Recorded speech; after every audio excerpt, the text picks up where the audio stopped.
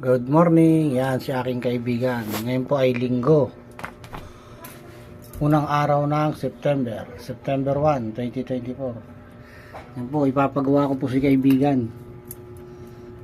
Kasi yung kanyang langis, yung sa drain ng langis, na-lost thread yung tornilyo. Hindi pwedeng pabayaan yan, nandun po sa ilalim.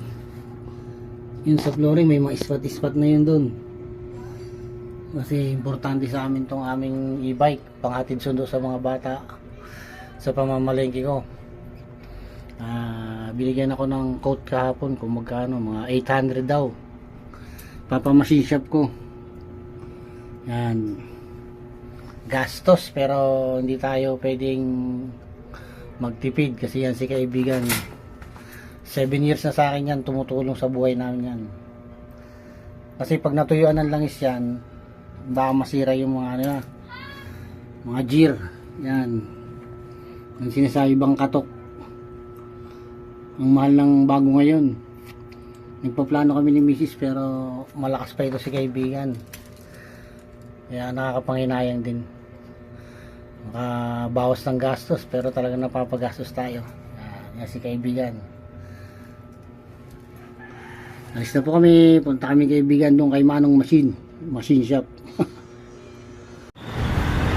Yan ako si kaibigan.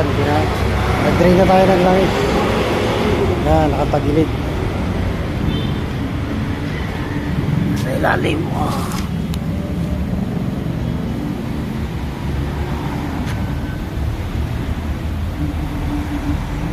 Si tatay, siya po yung nag-o-oversize ng aking labasan ng langis.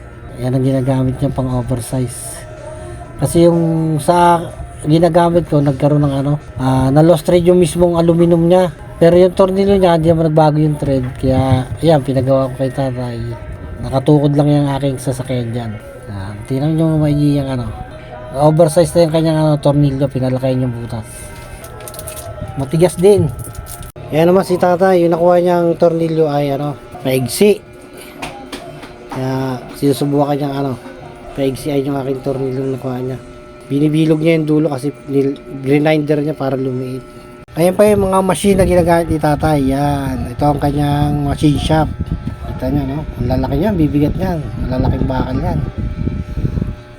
May edad na si tatay pero magaling gumawa. Ayan, siya ang pangalan niya ay Sablan, si Mr. Sablan Machine Shop. Magpagawa po kayo rito, dito po yan sa Payatas Road. Dito po yan sa Kapalaran. Dito po yan sa papunta ng Payatas. Dito po malapit papunta ng gasolinahan. Marami nang ginagawa si tatay. Marami nagsabi sa akin na magaling gumawa si sir. Yan na po, tapos na po. Ayan yung kanyang drain plug ngayon. Dati ang ginagamit yung gabi dyan ay 14. Ngayon ay 15 na yung laki niya, na oversize na. Yan po, nakagarayan ako si kaibigan. Yan po, tapos na ang aming problema sa tulog ng aming drain plug. Ang laking tulong talaga sa amin si kaibigan. Maraming salamat po. God bless.